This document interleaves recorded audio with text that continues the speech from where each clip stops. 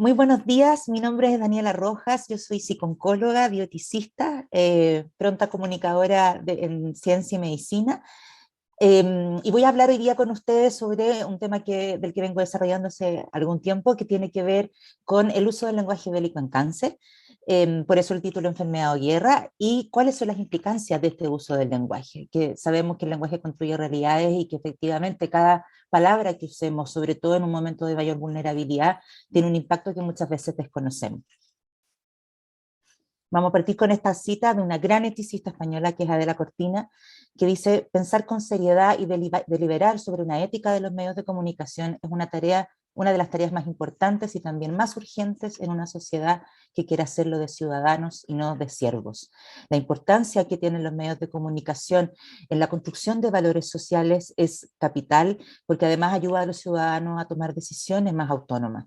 En salud es particularmente relevante justamente en población sana, por los mensajes que recibimos, ¿cierto? Todos de manera transversal, pero también por la construcción de enfermedad que vamos realizando cada vez que hablamos de alguna patología, ¿no? Tanto para los pacientes que lo están viviendo, sus seres queridos, profesionales de la salud y también la población sana como potencial paciente. Esta es una cita que a mí me gusta mucho, es de Pedro Lemebel, de un año antes que falleciera de un cáncer de lengua, que dice: esto, el cáncer, no es como el SIDA, que le lleva reggaetón. Esto hay que hablarlo con música de Wagner. Hay gente que me dice que tengo que dar la batalla, que hay que pelearla. Esas frases bélicas a mí me cargan, yo no lo uso, simplemente me trato, yo lo contengo, lo evaporo. En la particular forma que tiene Pedro Lemebel, que tenía Pedro Lemebel, ¿cierto?, de transmitir lo que pensaba y lo que sentía, él plantea cómo este lenguaje bélico a él le impactaba de una manera negativa y que él trataba de enfrentar la enfermedad de una manera distinta. Ahora, poco sabemos de dónde viene este lenguaje bélico y supondríamos que viene a lo mejor desde el mundo de la psicología, de la psicooncología o de la misma medicina, ¿cierto? Como una forma de dar ánimos, de envalentonar y de empoderar a los pacientes con esta metáfora del cáncer como una guerra, ¿no? Como un enemigo. Sin embargo, este origen del lenguaje bélico tiene un origen político, en una estrategia comunicacional estratégica, ¿cierto?, de Richard Nixon, que post-guerra de Vietnam tenía a Estados Unidos bastante dividido en cuanto a la opinión pública respecto a su respaldo, ¿cierto? Y él solía politizar las causas sociales de manera que hablaba, por ejemplo, de la guerra contra el cáncer, ¿no? Las militarizaba, digamos, y hablaba también de la guerra contra las drogas y otras causas. A él se le atribuye, a pesar de que hay algunos antecedentes anteriores en la historia, esta idea de hablar de la batalla, ¿no?, de la guerra contra el cáncer, porque él lanzó en 1961 el Acta Nacional de Cáncer, que pretendía darle un impulso a la investigación, ¿cierto?, y al tratamiento oncológico.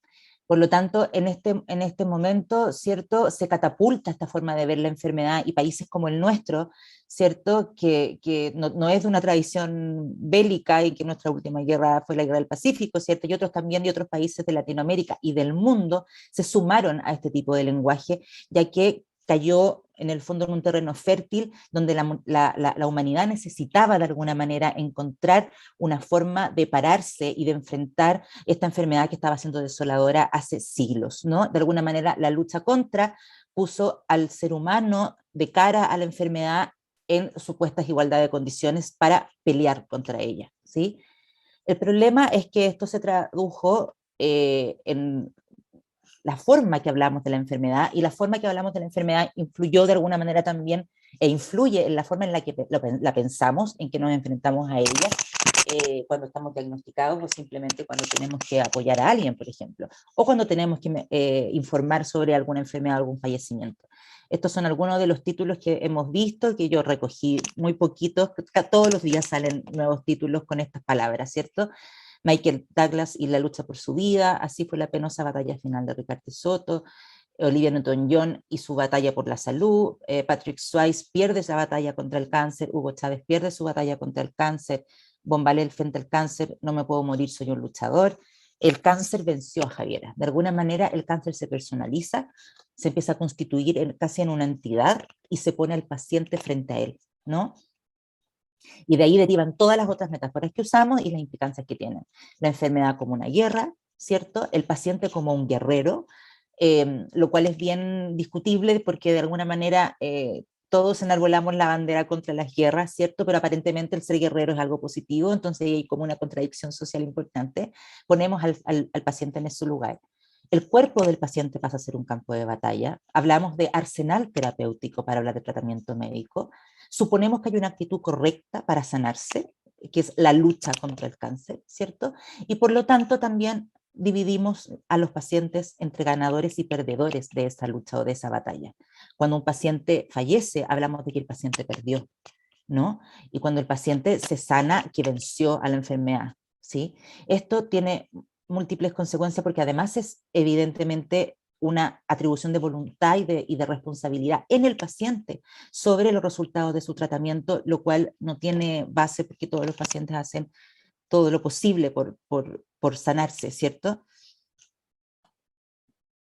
De ahí derivan todos estos mensajes a los pacientes, el tienes que luchar, que significa tienes que tener ánimo, tienes que ser fuerte, no puedes llorar, porque además si lloras te van a bajar las defensas y eso va a aumentar el riesgo de la enfermedad, lo cual es un mito.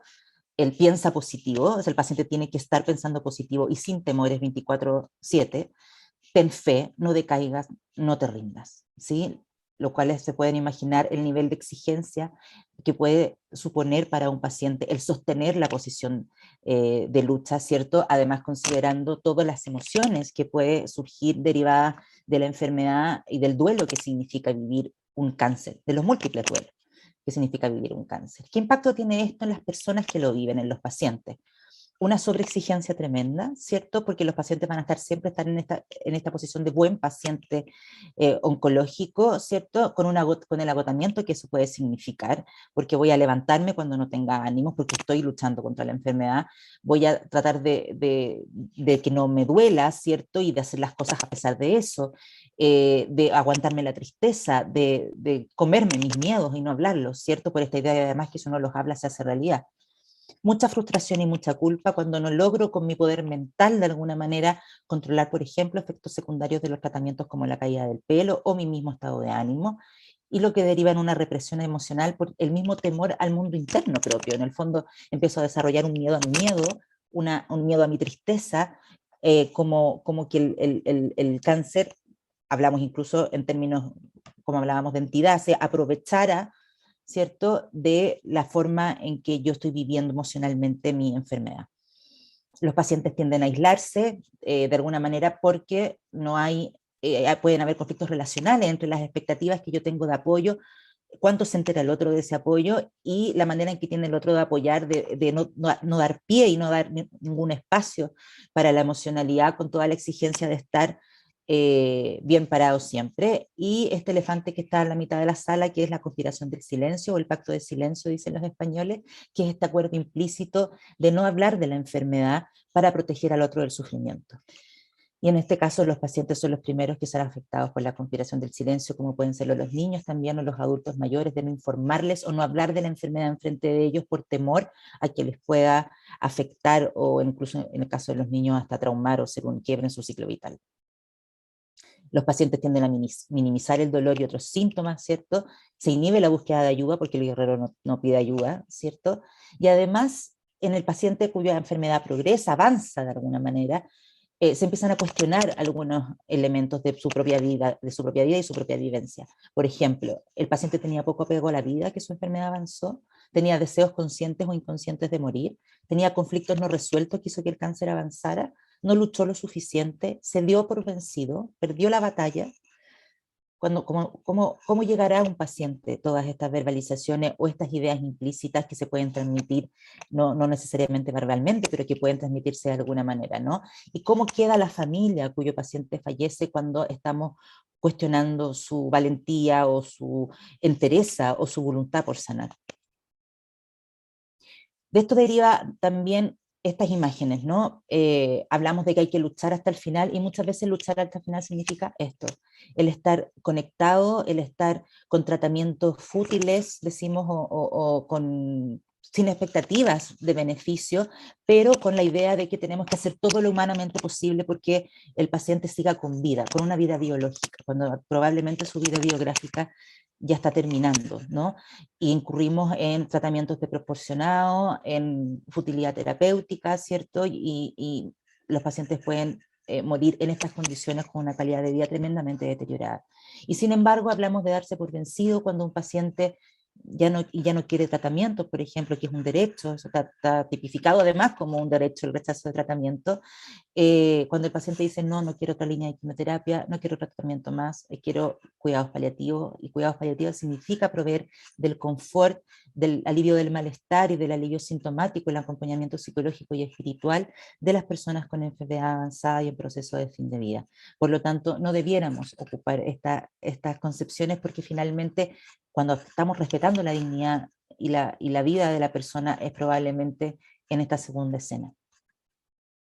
Algunas recomendaciones para los medios de comunicación, porque a veces me preguntan, ¿no? Bueno, y si no hablamos de lenguaje bélico, ¿de qué hablamos? ¿Qué palabras utilizamos? La idea es poder hablar del cáncer en términos de que hablamos de cualquier enfermedad.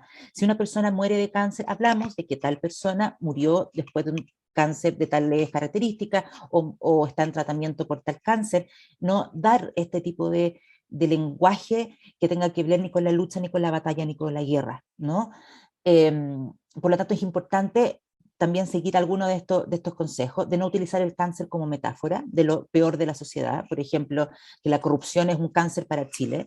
Eso en el fondo estigmatiza aún más la enfermedad, puede hacer sentir peor a quienes lo viven, ¿no? Porque viven una enfermedad que representa lo peor de la sociedad y del mundo, ¿no? Un cáncer para la economía, etc. Eliminar la lucha contra el cáncer.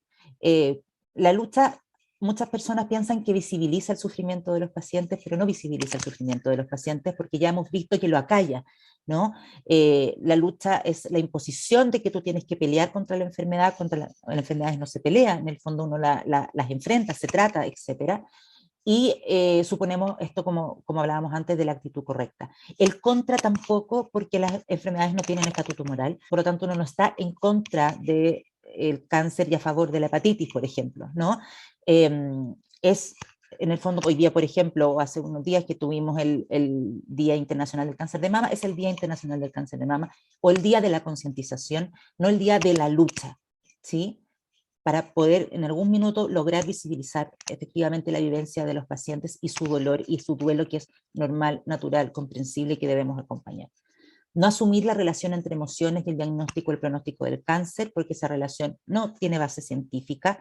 El cáncer no aparece por emociones guardadas o por duelos no elaborados, y tampoco quiere decir que una persona que llore, que se bajonee, incluso que pueda llegar a bajonearse varias semanas o todo a un proceso, ¿cierto? Que puede ir y venir, va a significar que eso va a condicionar su estado de salud, a menos que influyan sus decisiones, pero no en sí mismo. Y informar los resultados de investigaciones con prudencia. Eso es muy relevante también, sobre todo en cáncer. Todos los años se cura el cáncer con alguna investigación y un titular, ¿cierto? Pero generalmente son experimentos en fases tempranas y hay que comunicarlo de esa manera, ¿ya? Y esta es una reflexión final que dice, allí donde todo es guerra, premura y combate, donde todos somos héroes, víctimas o villanos, allí no hay espacio para el silencio, la prudencia y la compasión. Cuidar de nuestras palabras es parte de nuestro deber de cuidar de nosotros mismos y de cuidar a otros. Y ahí les dejo mi correo en caso de que quieran contactarme. Pronto vamos a sacar junto a la Universidad del Desarrollo un manual, una guía de estilo de cómo hablar de cáncer en medios de comunicación. Así que tienen mi correo por cualquier duda o cualquier comentario. Muchas gracias.